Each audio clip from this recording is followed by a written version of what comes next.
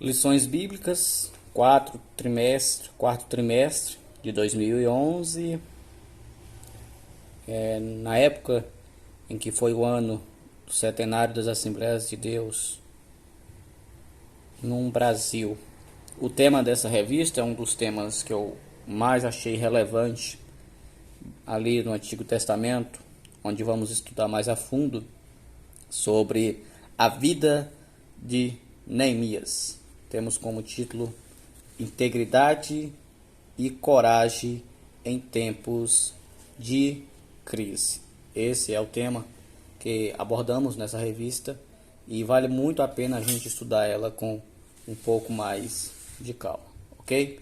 A nossa primeira lição será quando a crise mostra a sua face, ou seja, essa será a nossa primeira aula estudando sobre a vida de Neemias e as lições que ele nos traz. Aqui está o tema. Esta lição foi programada para o dia 2 de outubro de 2011, porém não tem data para se estudar algo tão importante das Escrituras Sagradas. Quando a crise mostra a sua face. Quem nunca passou por crise? Neemias enfrentou uma crise ferrenha e é baseado na vida de Neemias, na crise de Neemias, que vamos extrair algumas lições importantes. Temos como texto áureo: e disseram-me os restantes que não foram levados para o cativeiro lá na província, estão em grande miséria e desprezo. Ou seja, muitos que não foram levados para o cativeiro na Babilônia vivem uma vida de miséria e desprezo. E o muro de Jerusalém fendido e as suas portas queimadas ao fogo. Neemias, capítulo 1, verso de número 3. Temos como verdade prática: somente uma liderança guiada e orientada por Deus pode vencer a crise. Ou seja, líderes guiados por Deus conseguem vencer a crise. Ou seja, é mais fácil vencer a crise com o Senhor. Vamos para a leitura bíblica em classe, que é o mesmo texto que tem nas Escrituras Sagradas. Neemias capítulo 1, verso 1 ao 7. As palavras de Neemias, filho de Acalias. E sucedeu no mês de Quisleu, no ano 20º, estando eu em Suzã, a fortaleza, que veio Anani, um de meus irmãos, ele e alguns de Judá, e perguntei-lhes pelos judeus que escaparam e que restaram do cativeiro e acerca de Jerusalém. E disseram-me os restantes que não foram levados para o cativeiro lá na província estão em grande miséria e desprezo, e o muro de Jerusalém fendido, e as suas portas queimadas a fogo. E sucedeu que, ouvindo eu estas palavras, assentei-me e chorei, e lamentei por alguns dias, e estive jejuando e orando perante o Deus dos céus. E disse: Ah, Senhor, Deus dos céus, Deus grande e terrível, que guarda o conserto e a benignidade para com aqueles que te amam e guardam os teus mandamentos. Estejam, pois, atentos os teus ouvidos e os teus olhos abertos para ouvires a oração do teu servo, que eu hoje faço perante ti, de dia e de noite, pelos filhos de Israel, teus servos, e faço confissão pelos pecados dos filhos de Israel, que pecamos contra ti também. Eu e a casa de meu pai pecamos. De todos nós corrompemos contra ti e guardamos os mandamentos, nem os estatutos, nem os juízos que ordenaste a Moisés, teu servo. Introdução. Ao longo deste trimestre, estudaremos a vida, a obra e o ministério de Neemias. Veremos como se deu a reconstrução dos muros de Jerusalém por Israel e como este, ao se voltar à palavra de Deus, teve a sua fé renovada. Nesta lição, em particular, destacaremos os aspectos biográficos de Neemias. Estudaremos também a crise que o levou a interceder diante de Deus por seu povo e agir ousada e sabiamente a fim de restaurá-lo espiritual e moralmente. Esta sendo a nossa introdução, já está bem claro que iremos estudar a biografia e o tempo de crise da vida de Neemias. A crise começa em Jerusalém. É importante termos um conhecimento sobre os antecedentes históricos. Por causa de sua deliberada desobediência ao Senhor, o reino do norte, composto por 10 tribos, foi destruído pela Assíria, que para humilhar ainda mais os filhos de Israel, levou os cativos à Mesopotâmia. Isso aconteceu em 722 a.C. Em 586 a.C., foi a vez do Reino do Sul. Veio Nabucodonosor contra Jerusalém, deitou por terra o santo templo e derrubou os muros da cidade santa. Em seguida, levou os filhos de Judá cativos à Babilônia, onde permaneceriam durante 70 anos de cativeiro, baseado no texto de Jeremias, capítulo 25, versículo 11. Ou seja, não bastasse somente a invasão em Jerusalém, foi também levado em cativo. Aqui começa a crise, um momento de crise em Jerusalém. Deus dá o escape. Com a acessão do Império Medo-Persa no ano 536 a.C., o rei Ciro, instigado por Deus, permite que um grupo de judeus retornem a Jerusalém a fim de reconstruir os muros da cidade e reerguer o Santo Templo. Daniel, capítulo 8:3 e Esdras, capítulo 1:1.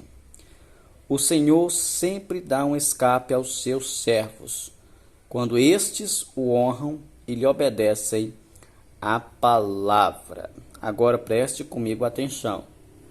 Deus o permitiu que Jerusalém fosse levado a cativo, assim como foi levado o povo de Israel, os hebreus, ao Egito, mas o Senhor promoveu escape.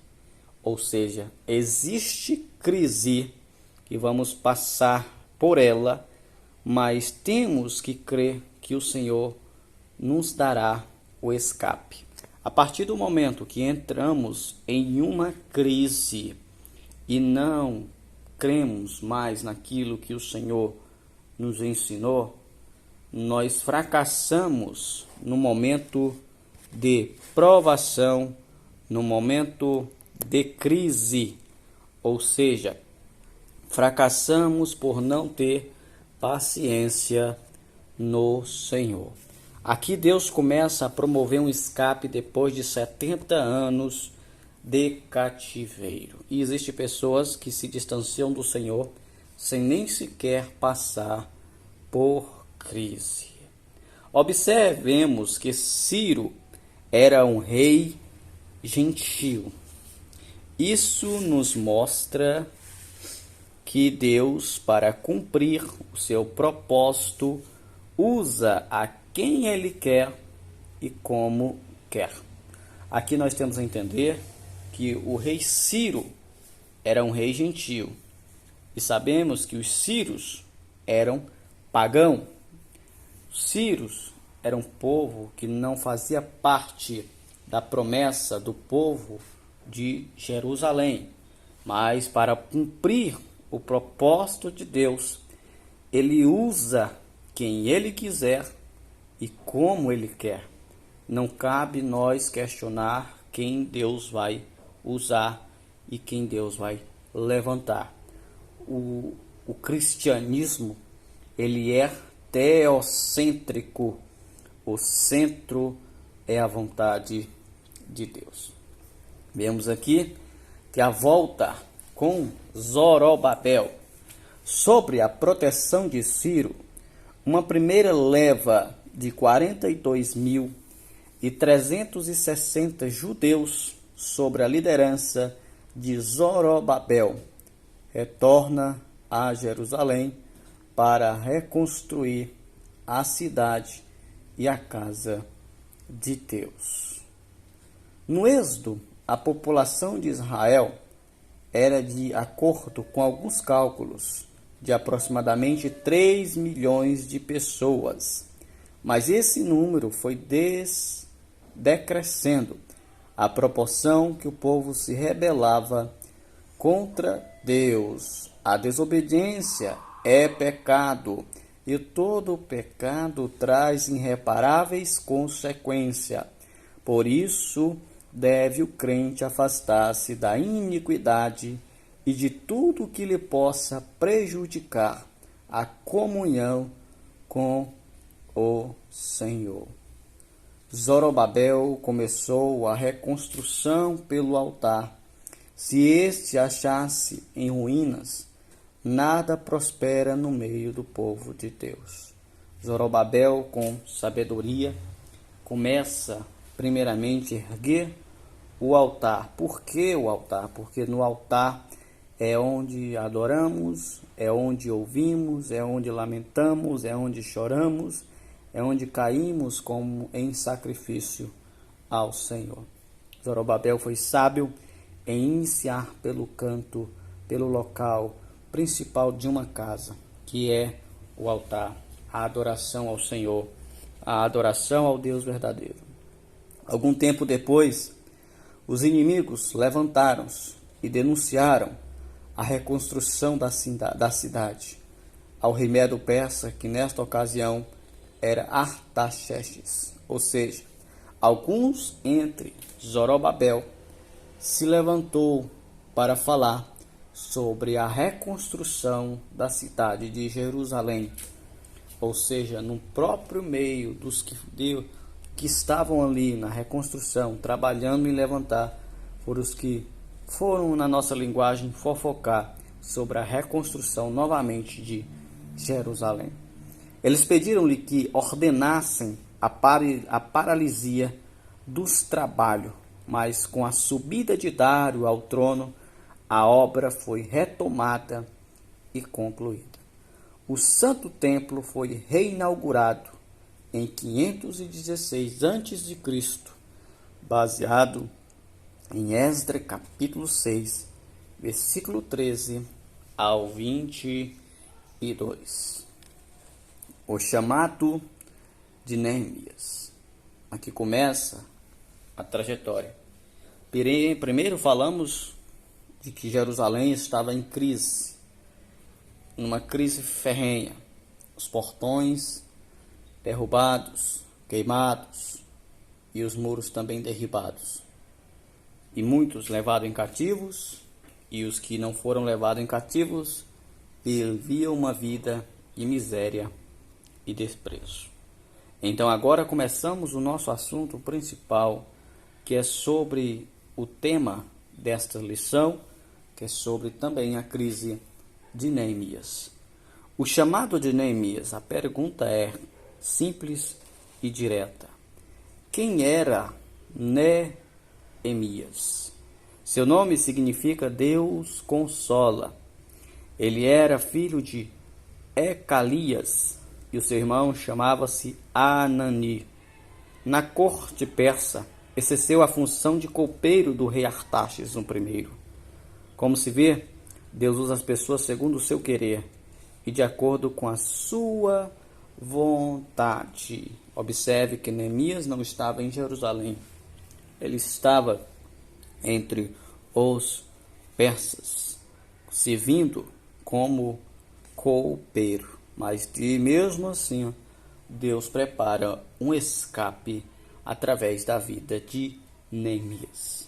Chamado por Deus, 14 anos depois da expedição de Esdras a Jerusalém, 444 a.C., Neemias recebe urgente e preocupante notícia de Jerusalém.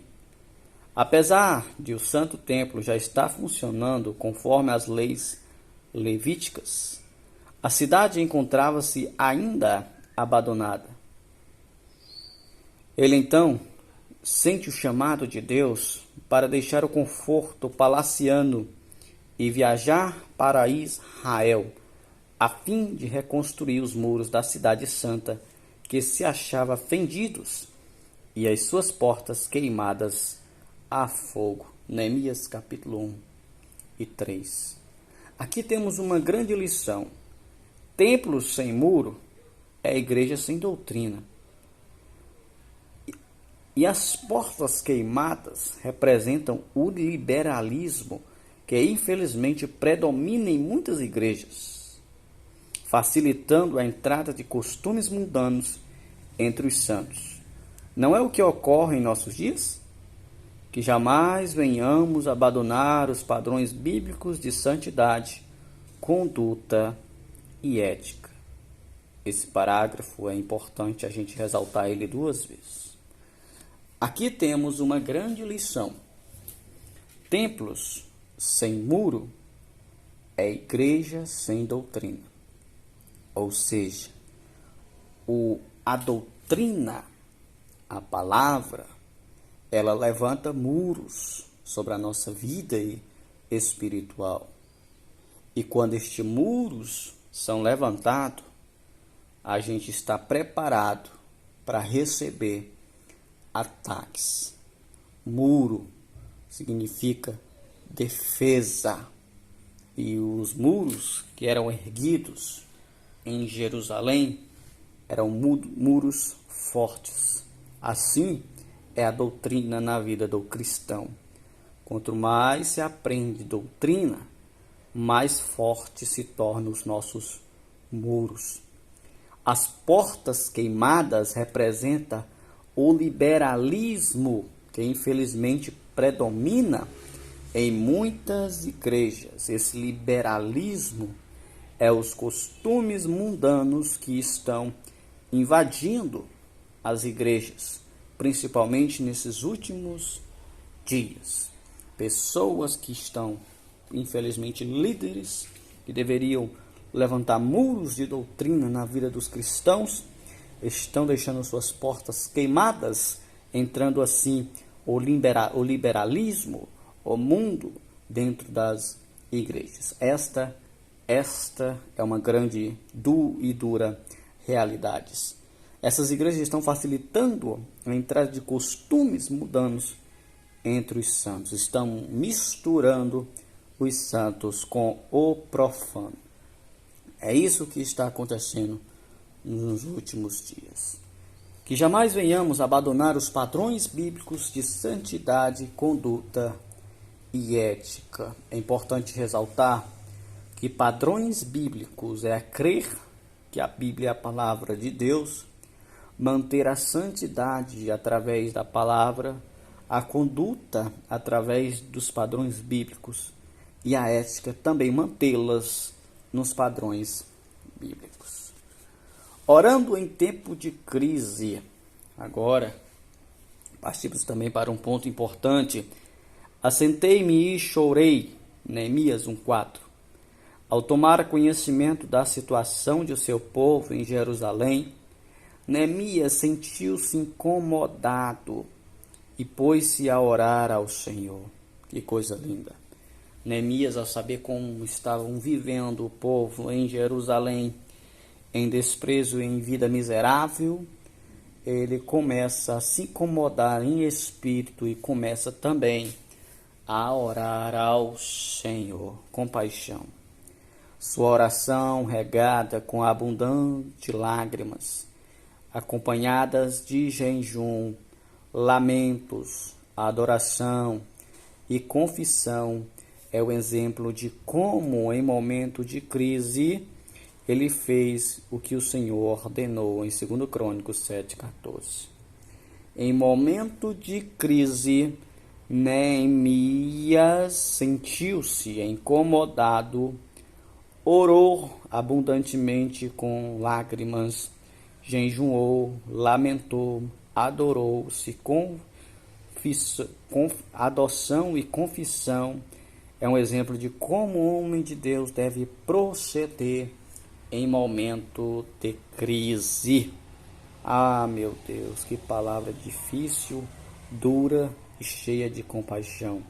Assim, um homem de Deus é movido a cumprir o propósito de Deus em sua vida.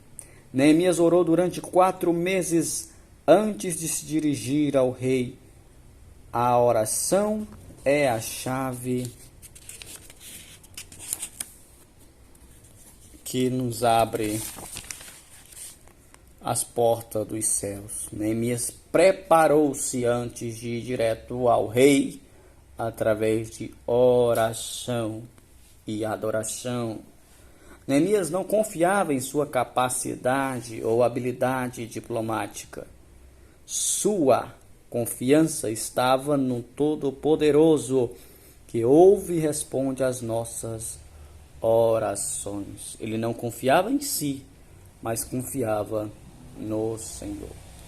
A intercessão de Neemias, ele adorou a Deus e disse: Ah, Senhor Deus dos céus, Deus grande e terrível, que guarda o conserto e a benignidade para com aqueles que te amam e guardam os teus mandamentos.